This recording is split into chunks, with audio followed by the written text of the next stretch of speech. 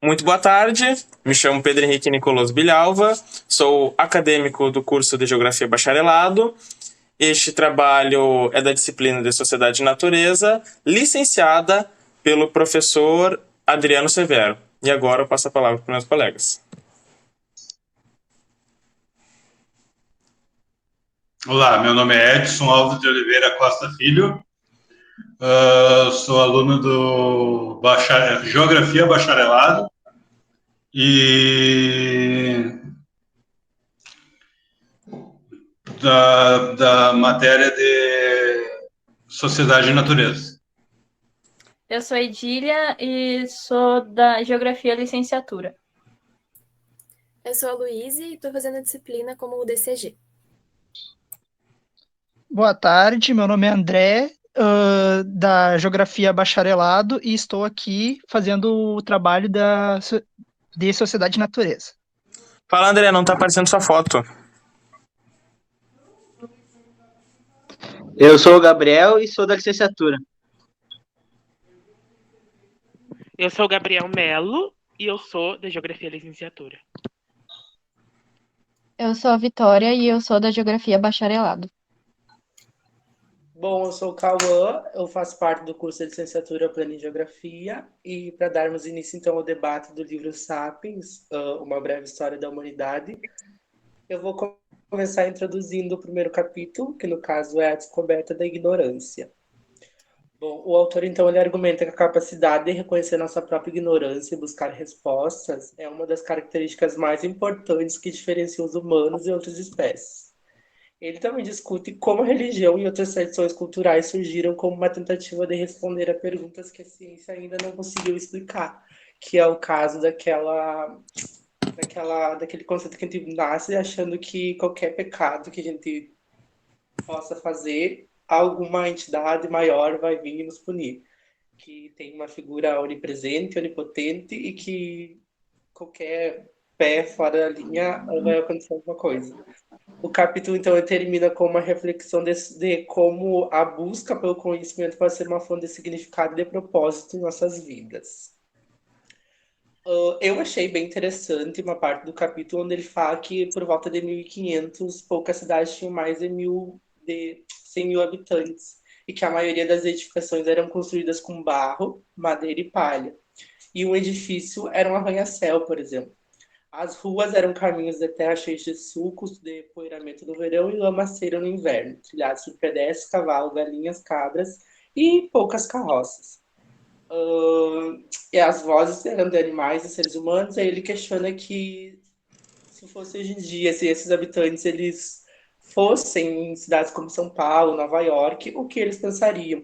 E eu acredito que essa parte do capítulo, então, ela traz uma problemática bem importante por abordar o avanço das grandes cidades devido à urbanização, à industrialização em massa, e também da tecnologia desenfreada, muito vinculada, então, à formação da economia capitalista.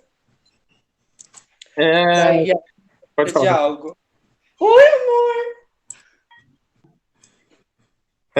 Eu também eu fiz uma breve colocação aqui, né, dessa questão de que foi uma explosão completa, né, evolutiva e principalmente populacional, o quanto desenvolveu-se, né, a sociedade como tecnologicamente e em números de população, né, que foi explosivo, foi em questão de 100, 200 anos, foi para agora a gente fechou 8 bilhões de pessoas, né.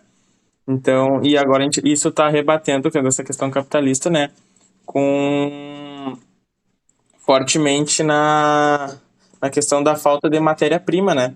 E logo, logo vai começar a estourar em todos os lugares do mundo. Eu não sei como é que vai seguir essa problemática, tá bem complicado. Ninguém quer fazer nenhuma colocação?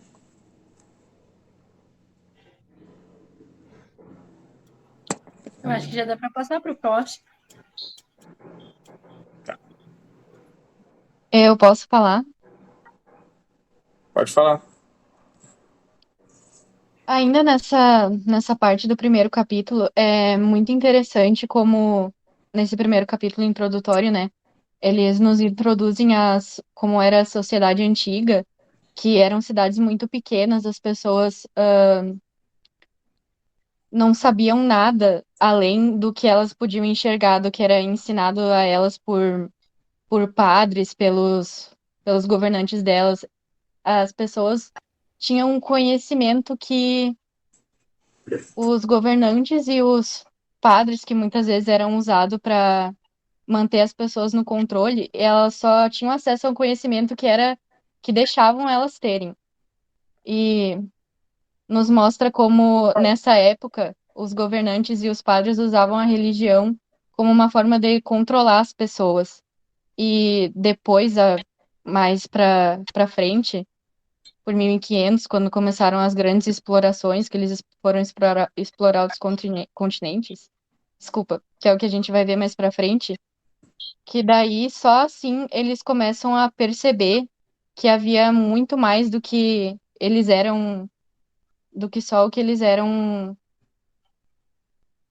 do que eles eram forçados a conhecer, como era limitado e como de repente com o começo das grandes explorações, como é que eu posso dizer, os horizontes se expandiram, como o Pedro disse, muito rápido e depois disso o crescimento começou e nunca mais parou. Eu achei muito interessante como o primeiro capítulo nos apresenta isso por começo do livro.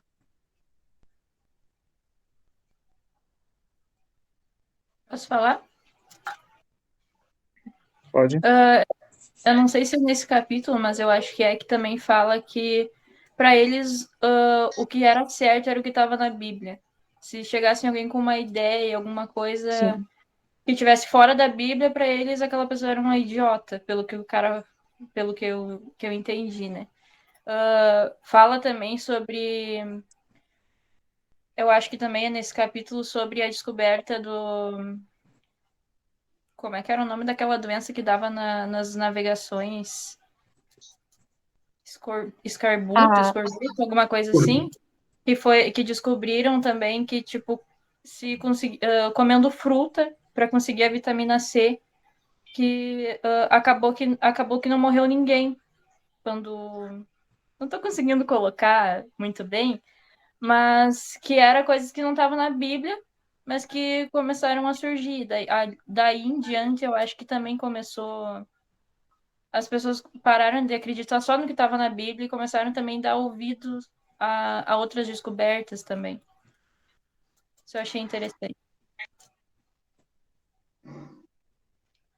Eu acho que já dá para passar para outro capítulo, porque já deu 7 minutos esse. Tá. Esse Quero falar. próximo. Alguém quer fazer mais uma colocação? Gente, tem bastante gente querendo falar, né? Que tinha levantado a mão, não sei se Não, todo mas mundo é já que eu acho que é importante fazer essas colocações, porque, querendo ou não, já vai encaixando os próximos capítulos, não fica algo tão preso, né? E como a Edília já tinha falado, né? E a Vitória também, que é o segundo capítulo é o casamento entre a ciência e o império, e que justamente ele coloca que inicialmente eles não tinham essa certa divisão, né? E ele inicia aqui falando de que como queriam fazer o conhecimento e o cálculo da distância depois que foi colocado pelo o Copérnico, que ele afirmou que a Terra não era mais o centro e sim o Sol era o centro em si do nosso sistema solar, mas não do universo, porque ainda não tinha conhecimento, mas então se colocava isso, começaram a fazer estudos mais aprofundados na astrologia, isso. Isso aí. E aí se colocaram foram vários estudos, até que foram descobrindo vários outro continente, no caso, a Oceania. E aí se inicia aquela devastação em massa, né? Que foi, cara, eles terminaram com 90% da população da Austrália, da Nova Zelândia e principalmente da Tasmânia, né? Que dizimaram os indivíduos.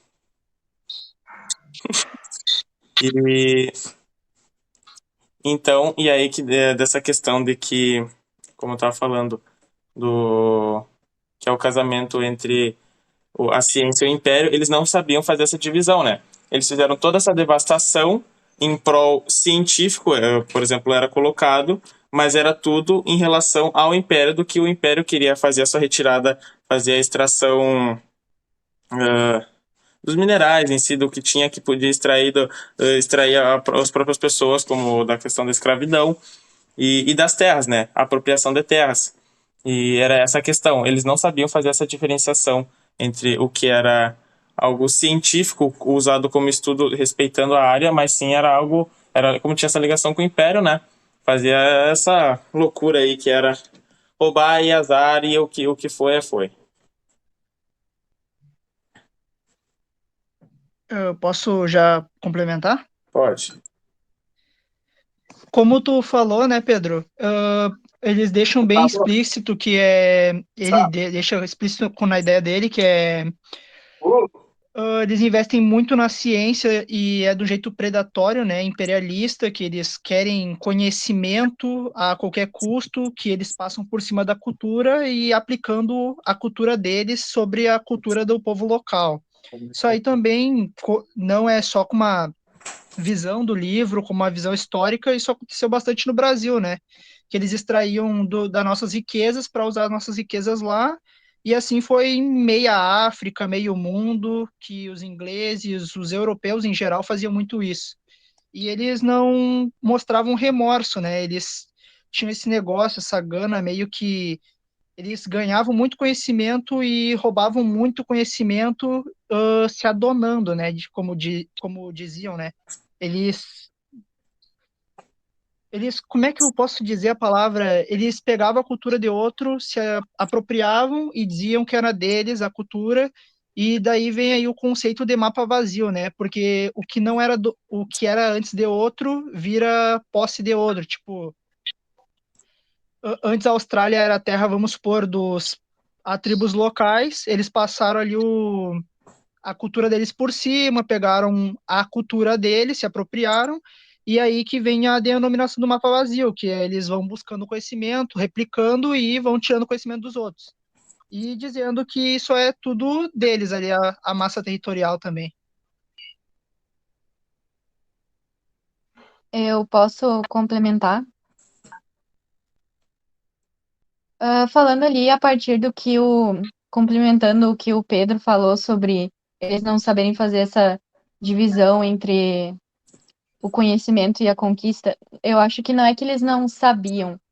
Eles começaram, por exemplo, no livro fala que os europeus, os impérios europeus se diferenciaram dos outros impérios que haviam antes, porque além deles estarem atrás de poder e riqueza, eles perceberam que com o conhecimento, explorando e pesquisando sobre essas terras que eles queriam dominar, eles conseguiriam mais poder e riqueza ainda. Então, começou com o negócio da conquista, aí eles descobriram o poder que vinha com o conhecimento, daí o conhecimento e a conquista se misturaram de tal forma que não eram, pelo menos para eles, não eram mais dois processos diferentes, eram duas partes de um mesmo processo. É aquele ditado que o professor mesmo já mencionou em aula, conhecer para conquistar.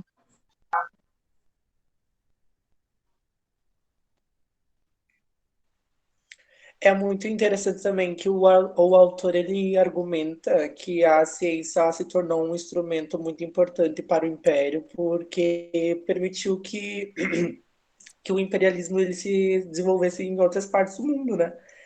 E é isso.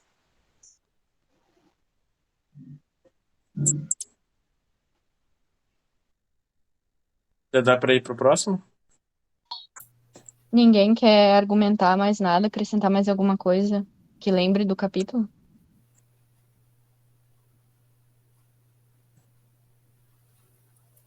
Eu Vamos vou pro passar para próximo? a parte do Credo Capitalista, então, que é o capítulo 16.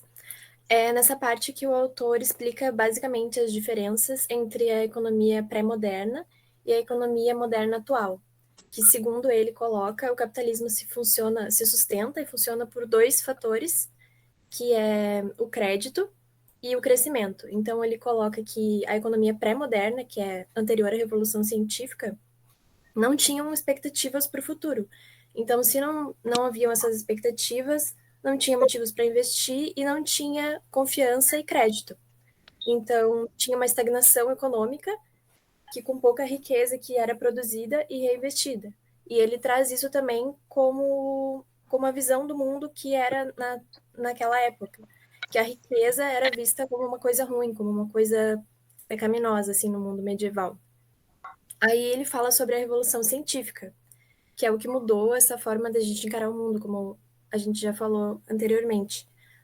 O amanhã pode ser melhor do que o hoje, então a gente pode investir em conhecimento para melhorar a nossa vida, nossas condições de vida atual. E essa expectativa do crescimento é como funciona o capitalismo, né? Então, como teoricamente o mundo não vai parar de crescer, o crédito é a principal arma que eles usam como forma de poder. O investimento gera produção, a produção gera riqueza, e essa riqueza é reinvestida. Só que ele deixa também algumas reflexões, que é o que a gente pode fazer, ele deixa em dúvida se toda essa parte, como ele chama o bolo, é um bolo que nunca para de crescer, se isso está sendo repartido e se esse lucro tem sido reinvestido. Essas são as principais reflexões, eu acho.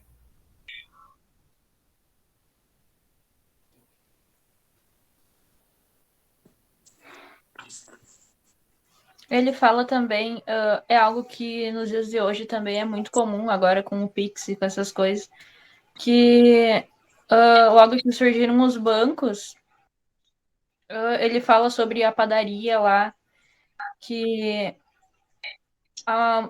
no caso a moça queria abrir uma padaria, ela fazia um empréstimo e pagava pro cara que ia lá e depositava no banco. Antes o banco tinha 1 milhão e agora 10 milhões, e agora no banco o cara vai lá e deposita de novo esse dinheiro, no banco fica como se o cara tivesse 20 milhões. Mas na real, no banco de dinheiro mesmo tem apenas 10.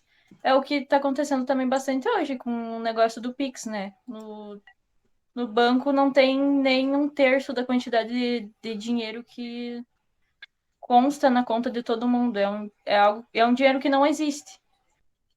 É algo que ele fala também ali, né?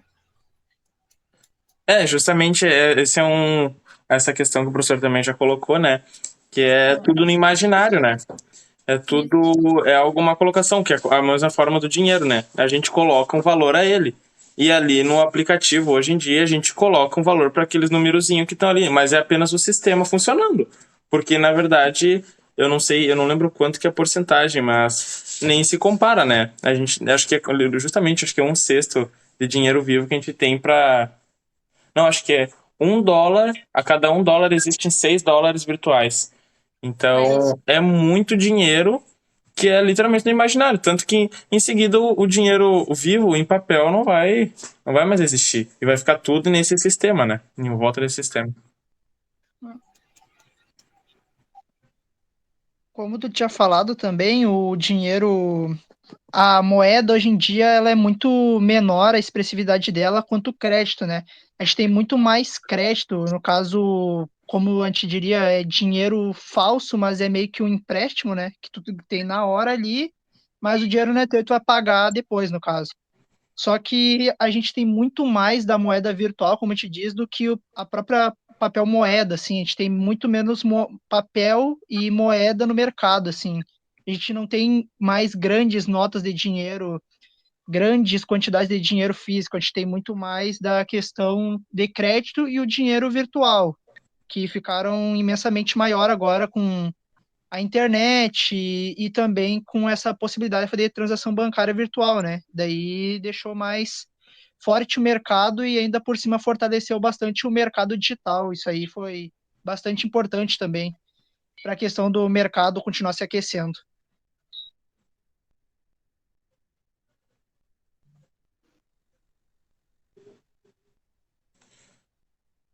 Eu acho que já dá pra passar pro próximo. Ah, tá. Tá, eu vou acrescentar mais uma coisa. Eu, como uma pessoa que nunca entendeu muito de economia, agora eu preciso aprender mais, né? Porque agora eu já sou adulta. Eu achei muito interessante essa parte do capítulo, porque ela vai explicar justamente como é que funciona o crédito. Já começa assim, no começo fala a moça queria abrir uma padaria, como a Edília tinha falado. Daí ela pediu um empréstimo ao banco, o banco deu esse empréstimo a ela. Daí tinha o. Eu esqueci a profissão do outro moço que estava envolvido. Era Mas é muito interessante como no capítulo fala que 90% daquele dinheiro que eles estavam ali fazendo transações, fazendo empréstimo, eram esse dinheiro que não existia, eram só números que eles colocavam ali.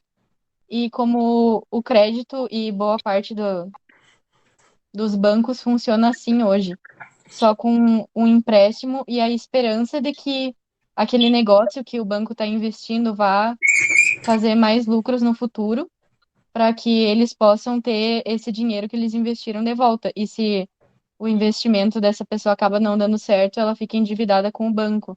Eu achei muito interessante essa explicação que o capítulo dá. É como o professor mesmo falou, né? As relações são de confiança, porque a gente não tem uma. Né? A gente não tem o papel na mão. É confiar que aquilo não vai cair nunca. É o que há.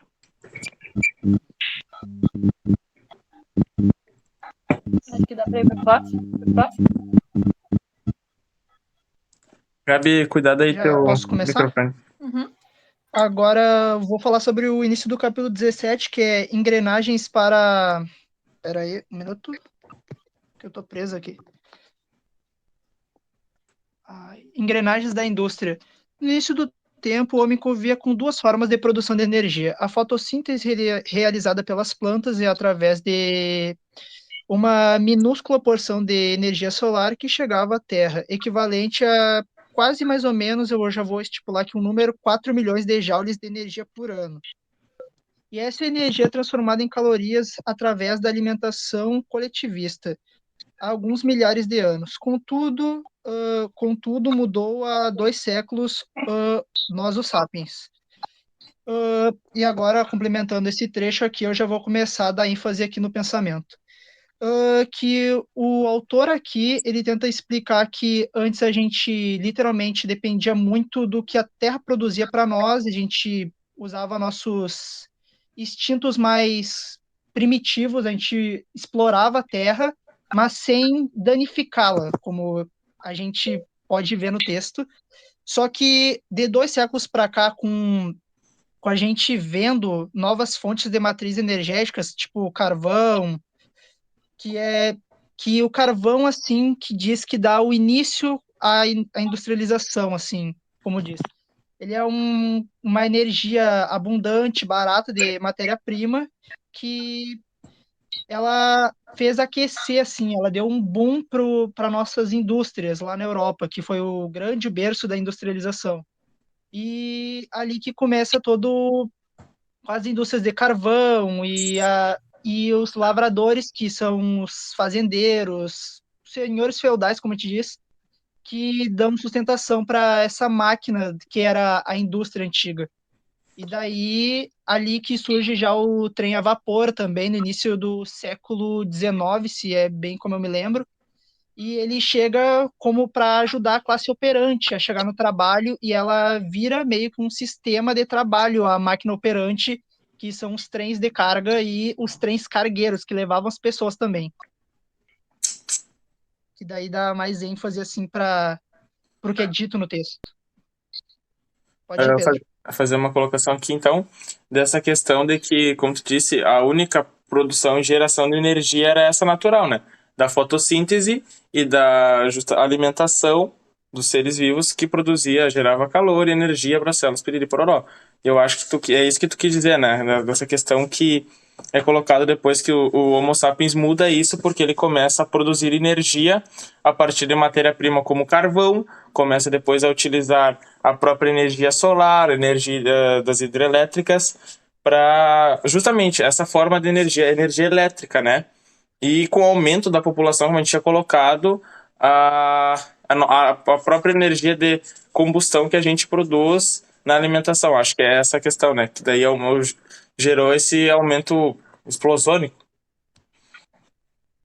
Não, exatamente isso mesmo. Tipo, depois a indústria, ela meio que se centrou só num meio que um subproduto que é o carvão, fazia energia ali, a indústria se forçou naquilo, eles meio que, vários trabalhadores dependiam para tirar dinheiro, era da extração do carvão ali para fazer energia, que até depois de um certo ponto as pessoas estavam esperando quase uma nova guerra, que isso, no caso, depois do boom da Primeira Guerra Mundial, para as pessoas terem emprego de volta, porque era imensurável o que a indústria trazia, mas também ela desfavorecia, né? Daí tem bastante desse êxito aí.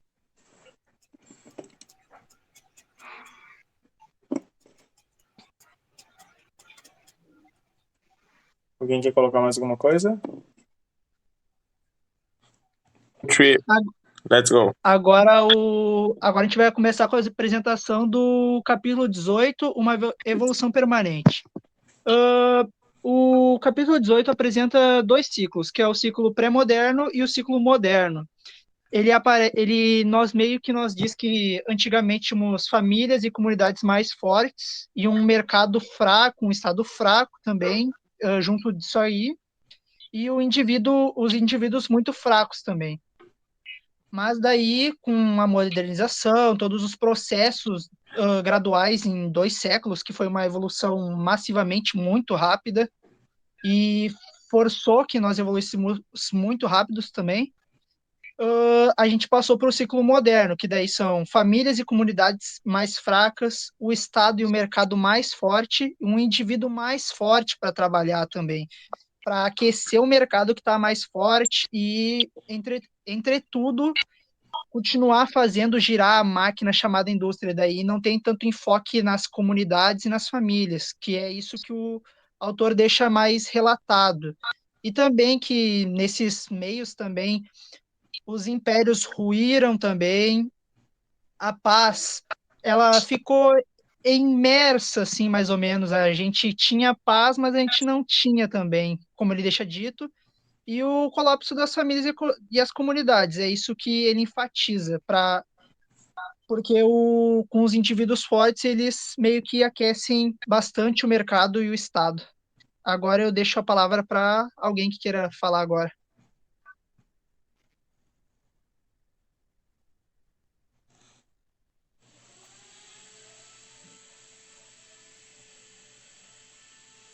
Eu posso acrescentar uma coisa que eu não sei se é desse capítulo, mas se ninguém for acrescentar, eu vou falar.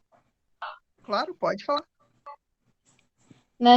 Essa questão dos indivíduos mais fortes e mais fracos me lembrou uma coisa que fala sobre os impérios europeus terem se tornado uma superpotência, assim, espalhado a cultura dele e todos os métodos de pesquisa deles para todo esse lado, para o lado ocidental do mundo, no caso, e até para algumas partes do Oriente, hoje em dia. Me lembrou que essa coisa de que eles foram os primeiros a irem atrás de pesquisarem os lugares para depois conquistar e roubar os recursos e escravizar os povos, me lembrou também que teve um pesquisador europeu que estava lá na Índia e ele achou umas escrituras antigas e achou umas coisas de povos antigos e descobriram um povo lá que se denominava o povo Ária, que foram o primeiro povo a falar um idioma persa lá, mas que daí, a partir dessa descoberta que os europeus fizeram, eles começaram com aquele negócio deles do povo ariano, que eles inventaram de que os povos europeus, como eles eram aparentemente mais inteligentes e mais fortes e dominantes, porque eles conseguiram conquistar os outros povos e fazer coisas que nenhum outro povo tinha feito antes. Eles começaram com essa coisa de que o povo ariano, eles, era o povo superior e que eles deviam ter poder e deviam poder dominar o resto do mundo. Me lembrou essa parte que eu li no capítulo.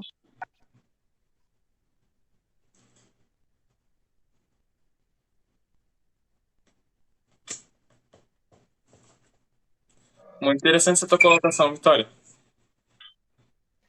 Alguém quer acrescentar mais alguma coisa ou já pode passar para o próximo capítulo? Próximo capítulo.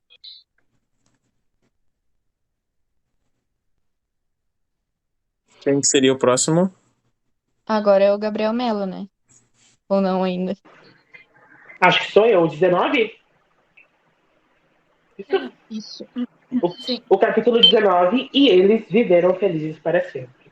Aqui o texto vai discutir os avanços da humanidade, né, nos termos de ciência, tecnologia, economia, ordem social, e vai questionar se esses avanços eles são o que leva à felicidade. Estou conseguindo entender? E o contentamento, né, das pessoas. E também o autor vai explorar também o bem-estar, que o bem-estar ele não seria fruto do que a gente tem, mas sim dos sentimentos, né? Capitalismo, né? A gente não precisa de nada. Se a gente estiver bem com a nossa vida, a gente vai estar uma pessoa feliz e alegre. O que vocês acham disso? Vocês são felizes? Eu deixo esse questionamento. Obrigado. É muito bem colocado, né? É que com essa visão capitalista que foi construído historicamente, a gente acaba levando que a felicidade se vem por bens materiais e não por algo sentimental. Porque no âmbito do ser humano, quando a gente era conectado com a natureza, a nossa felicidade estava ligada ao nosso emocional, às nossas conexões interpessoais com as pessoas, ou simplesmente de conseguir ter o alimento do dia. Só que quando isso foi evoluindo o ser humano, aí a gente teve que evoluir a nossa forma, assim, né? De ser, por exemplo, de encontrar algum âmbito de felicidade, vamos dizer assim. Então, assim, foi se distribuindo, tá, acho que foi sendo construída a arte, a gente foi fazendo música, e só que cada vez mais a gente queria algo a mais, ao ponto que o nosso cérebro foi evoluindo, por exemplo, né? E até que chegou nesse modelo em que os nossos interesses são meramente raso, que é colocado em cima de algum bem material, justamente, né? De tu conseguir o celular da última geração, tu conseguir um carro novo, ou qualquer coisa assim fútil. Posso falar?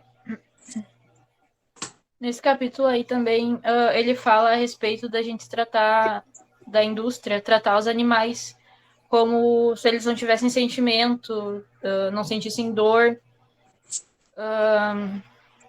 Fala também do experimento que fizeram com um macaco lá, que colocaram ele com uma mãe feita de madeira e uma feita de metal, e que ele sempre buscava pela que conduzia calor, pela que ficava mais próximo à mãe humana.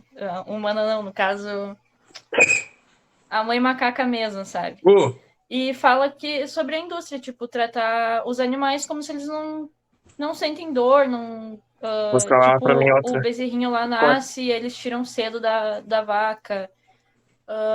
Sobre essas coisas, tipo, como eles tratam os porcos também nas empresas grandes, que muitas vezes deixam em caixa minúsculas lá a porca enquanto ela tá dando de mamar, sobre não na cabeça dessas grandes empresas que o animal não tem sentimento, que ele não sente tristeza, não sente alegria. Isso foi uma coisa até que no livro, quando eu li, eu fiquei até pensando em tentar de novo a não comer carne, eu virar vegana, no caso, porque realmente me fez sentir mal essa parte do livro, do jeito que ele coloca, como a gente trata os animais, né, principalmente nesses lugares. É que é bem isso que ele coloca, né? Que o ser vivo se tornou um mecanismo da indústria, né? Ele não é mais um ser vivo, ele não tem mais sentimentos, ele é apenas mais um produto. Simplesmente dessa questão que tu falou do bezerro que é retirado da mãe.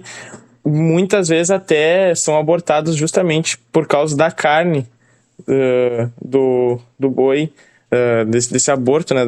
Do feto.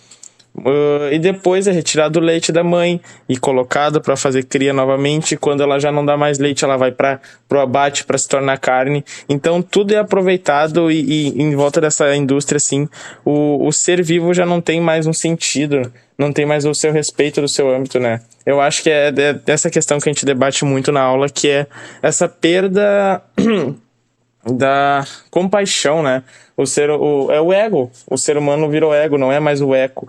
Não tá mais em equilíbrio, não tem mais todo esse respeito. A gente não tá mais encaixado no sistema da vida, parece. A gente quis se tornar algo superior e inferioriza quem não é da nossa espécie. E até às vezes os da nossa espécie. A gente tem uma hierarquia dentro da nossa espécie. Isso é realmente decepcionante. É aquela coisa.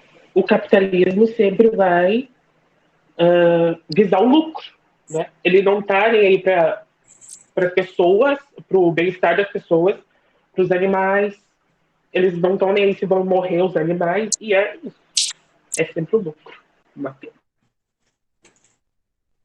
É como ele enfatiza bem ali no capítulo, né? Ele diz assim que o ser humano, ele meio que a gente virou a gente somos seres absolutos, né? Senhores absolutos, no caso, porque meio que a gente domou a teoria da evolução, né? Porque agora a gente praticamente cria a vida em laboratório, né? A gente deixou mais ou menos, como a gente diz, os conceitos mais humanos, né? A gente virou desumano, né? A prova disso é até com a Segunda Guerra Mundial, né? Que nós mesmos, da nossa espécie, a gente provava que a sede por conhecimento era tão grande que a gente fazia atrocidade com nós, seres humanos mesmo, né? Como ali o nazismo é explícito, né? Que a gente tratava nós humanos como animais, a fim de tentar fazer novas descobertas científicas, mas no fundo a gente não conseguia nada, né? A gente só fazia, no caso eu digo eles, né? Mas relativamente nós, né, humanos, a gente, a gente é capaz de, como é que diz, a gente doma as espécies, mas a gente está sendo capaz não somos capazes de nós domar e a gente pode ser a própria chave para nossa extinção, né? Com o jeito que a gente leva a vida, como a gente se superioriza também, a gente diz que a gente está no topo da cadeia alimentar, mas em si, eu diria que o ser humano é o ser mais abaixo da cadeia alimentar, por tudo que faz.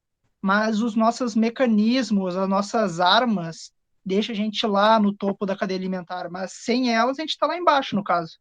É o que eu boto de enfoque nos pontos, no caso.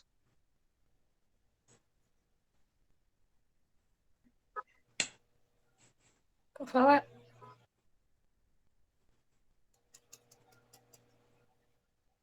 Tá mudo? Tá. Acho que agora sou eu. Dá para ir para o próximo? Então, no capítulo O Fim do Homo Sapiens. Nesse capítulo ele fala sobre a evolução, que antigamente era uma evolução mais natural, tipo das girafas, que evoluiu o pescoço, ficou mais comprido para elas conseguirem se alimentar em lugares mais altos. E hoje a evolução ela está mais... Claro, tem a evolução natural ainda, mas ela está bastante científica também. Por exemplo, a gente consegue clonar. Teve até a ovelha Dolly lá que foi conseguida. Fizeram um clone dela. Estão tentando fazer um mamute também. Não sei se já conseguiram, mas no livro fala que estavam tentando. Fala também sobre eles terem conseguido criar cartilagem, que eles conseguiram criar a orelha nas costas de um ratinho lá. Eu acho que essa evolução da ciência é algo bom, mas ao mesmo tempo eu acho que a gente peca muito com as outras espécies. Eu sou totalmente contra esses testes que eles fazem, tipo... eu acho que deveria buscar outras formas de conseguir fazer esses testes e não nos animais. No caso, pegar uma espécie que não tem nada a ver, tipo o ratinho lá, que usaram ele para conseguir fazer essa cartilagem. Eu acho que é algo bom, porque no caso, para conseguir fazer implantes e coisas, não tem que ficar em lista de espera, se pode criar. E também fala bastante sobre a criação de braços robóticos, pernas robóticas, que eu também acho isso bem legal. Eu acho que é isso que fala bastante nesse capítulo, que é mais sobre a criação de membros e evolução também. É que essa questão, né, como tu tá falando do uso dos animais, se implica muito do senso ético, né? Porque se tu for ver, essa questão ética só se aplica a nós. Por exemplo, com esse senso ético, como o André tinha falado da Segunda Guerra Mundial, a gente quebrou essa questão de usar seres humanos para testes. Tanto que há uma burocracia até para fazer testes de novas vacinas. Às vezes tem vários atrasos pela essa questão de ser antiético tu fazer o teste no ser humano. Mas ainda não tem esse mesmo entendimento, essa mesma noção pro animal. Porque, como a gente tinha falado, o ser humano é o ego, né? Ele é superior aos seres vivos. Então, por isso que há muitas essas lutas, tanto que a gente vê essa tentativa, né? De que não seja inferiorizado um ser vivo, mas sim colocado como igual. E essa igualdade também implica na questão desses testes, né? Só que se não tiver esse formato e não tiver essa questão de... No caso, não tem como não ter. Se tu for indo até um âmbito, a gente vai acabar um ponto que não vai fazer nenhum teste, não vai evoluir mais. Só que é muito complicado porque, como eu estava dizendo, se tu seguir nesse quesito e levar em consideração até os animais, como é que vai haver essa certa evolução, entende? Tu não vai testar em seres humanos, tu não vai testar em animais e vai acabar que tu vai ficar empacado. A não ser que tu vai ter que criar animais em laboratório para fazer esses testes em outros animais. Só que vai também querer dizer que eles também são seres vivos, né? Então chega num ponto que, sei lá, até onde é o senso ético, até onde pode chegar essa questão. E aí o que acontece é a soberania, né? Aí no que acontece? Se eles o maior falar que sim, é sim, e pronto, e ponto final, vai chegar um momento que eles vão tentar, né, nessa colocação do senso ético, em que o ser vivo não seja usado como cobaia, só que sem eles não vai ter como fazer esses testes, ou vai ter que ser em seres humanos novamente, ou vai ter um superior e vai falar, não, vai ser assim, porque eu acho que esse modelo de capitalismo e de superioridade não vai ser quebrado tão cedo, né? Então, de uma forma ou de outra, sempre vai ter o superior e vai ter o inferior. Mas tem aquilo, tipo, no capítulo, inclusive, fala sobre um experimento que fizeram com um macaco lá, que ele lá em uma cidade conseguiu fazer com que um braço mecânico se movesse lá em outra cidade. Eles têm a capacidade de fazer esses negócios absurdos, por que eles não tentam, então, criar alguma outra maneira de conseguir testar essas coisas? Pra que tem que ser nos animais? Olha as coisas absurdas que eles conseguem. Por que eles não tentam, então, focar essa inteligência que eles têm para conseguir uma outra maneira de testar esses experimentos deles, entendeu? É muito complicado isso, né, Tia? É bem complicado. Eu queria acrescentar que eu acho que foi há pouco tempo agora que eles fizeram um transplante de um coração num porco e colocaram no coração de uma pessoa, né? Então quer dizer que somos iguais. É isso que eu... Tem um negócio que me fez pensar aí no livro. Tipo, não tá no livro isso, mas também é bastante coisa de estética. Tipo, a questão dos pug, desses cachorros modificados, sabe? Tipo, eles criaram uma raça de cachorro só pra ser bonitinho, assim, por dizer. Só que o bicho, ele já nasce com muita dificuldade na questão respiratória, sabe? Só por estética, só pra pessoa ter um cachorrinho bonitinho lá, pegarem e criar uma raça que... Nossa, o cachorro desde pequenininho já nasce com problema respiratório e coisa por conta do focinho ser curto, isso e aquilo. Eu também acho errado essa parte aí. Mais por estética, né? Pra ter um bicho bonitinho. Isso.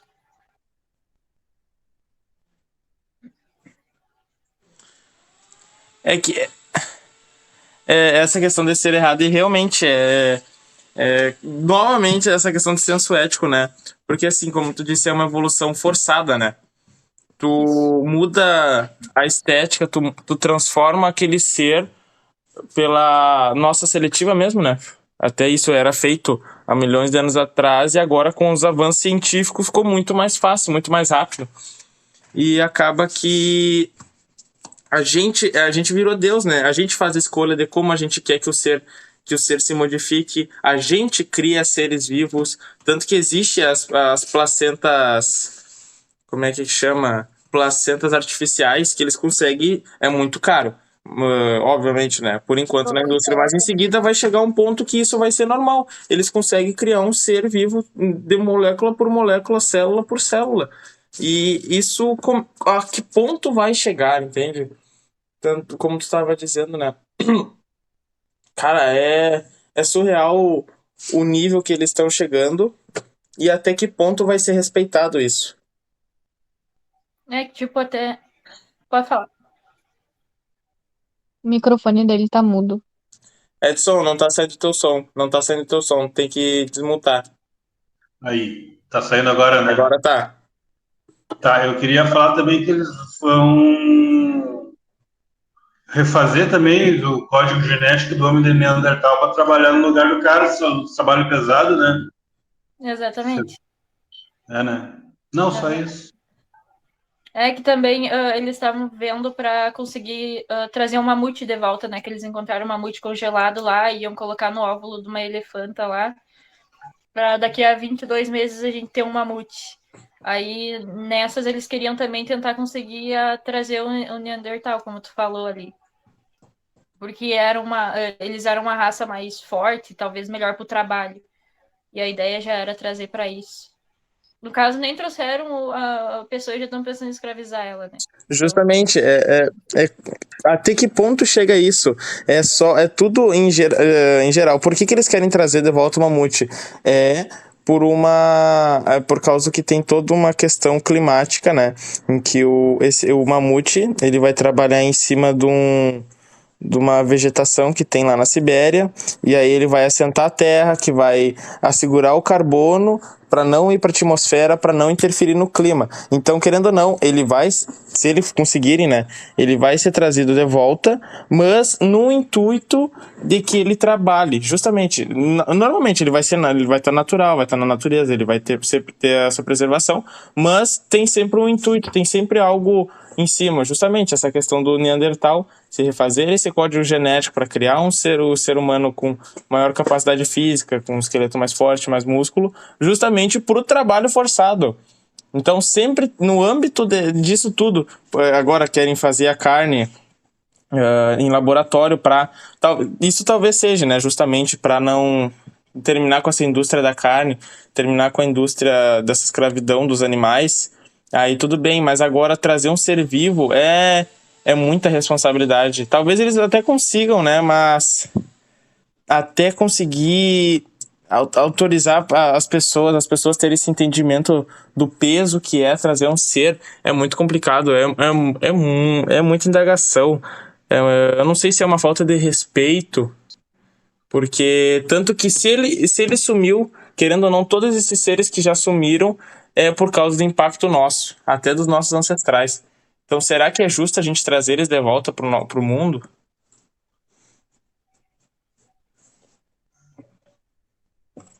Posso falar? Esse capítulo ele fala basicamente sobre, como todos vocês já falaram, como o ser humano só quer adquirir mais conhecimento e mais poder a todo custo em cima da vida de outros seres vivos. Até seres vivos que não existem mais, tipo o mamute e o Neandertal.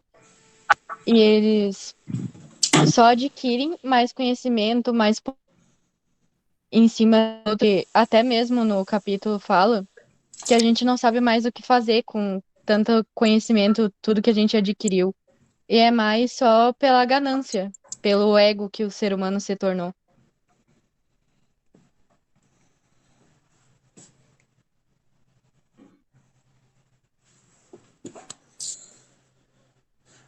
Eu acho que com essas colocações que a gente já deu, já dá para começar a fazer o encerramento, né?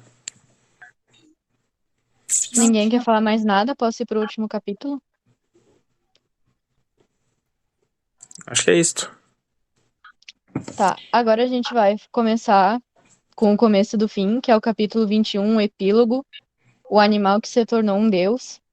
O último capítulo, ele vai basicamente sumarizar tudo que falou ao longo do livro, falar sobre como há 70 mil anos o ser humano...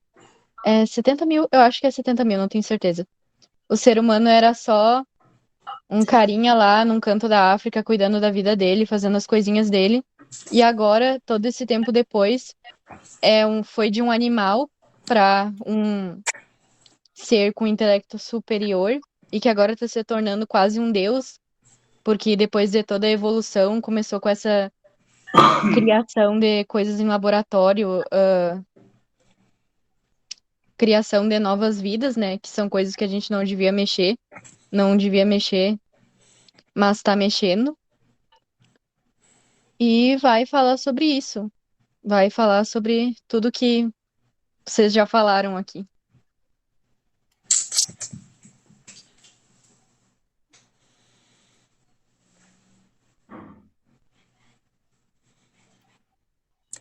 Bom, nós acabamos debatendo e tirando como conclusão em base até de um livro em que eu li,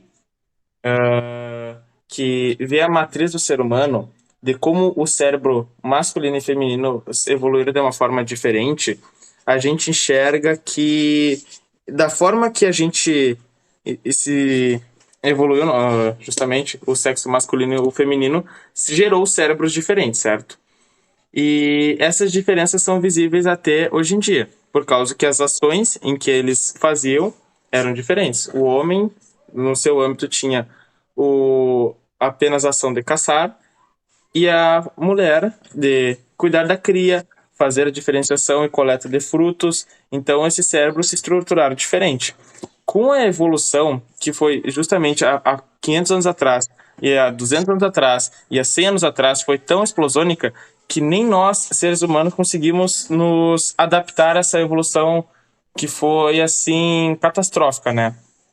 As nossas relações já não são mais as mesmas, não temos mais o mesmo comportamento, porque dessa forma que foi tão explosônica a evolução, o ser humano não consegue, por si próprio, se adaptar. As nossas relações sociais se diferenciaram. Antigamente, as nossas tribos tinham as suas conexões mais interpessoais, isso foi uma quebra, a gente não tem mais confiança um no outro, a gente cada vez mais vem vindo essa questão de problemas psicológicos, depressão, ansiedade e tudo mais. Então, no âmbito do ser humano, nem ele se adaptou a essa evolução.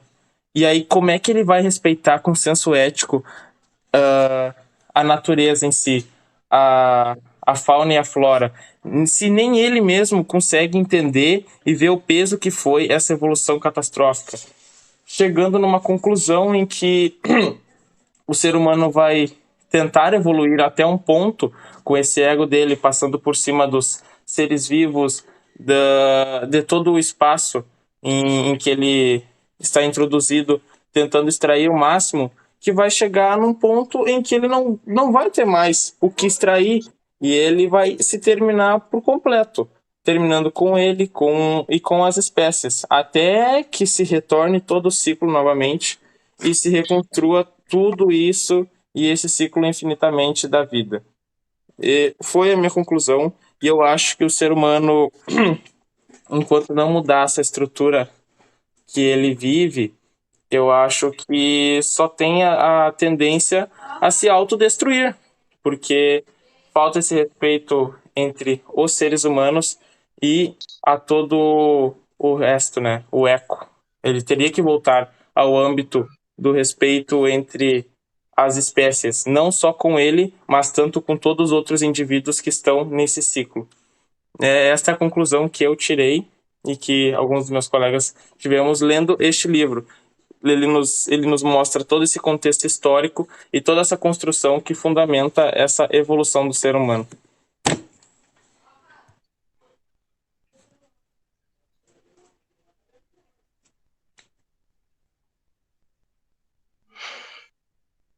Mais alguma colocação? Não, acho que a tua colocação ficou bem boa, Pedro. Acho que ela conclui bem as finalidades e os assuntos que o livro aborda. Acho que foi uma conclusão muito boa. Bom, então vamos nos despedindo. Muito obrigado ao professor por nos dar este trabalho, que é fundamental para nós nos introduzirmos a essa ideia de que de ter esse conhecimento do que é o ser humano no seu âmbito, em questão historicamente, filosoficamente, naturalmente, né?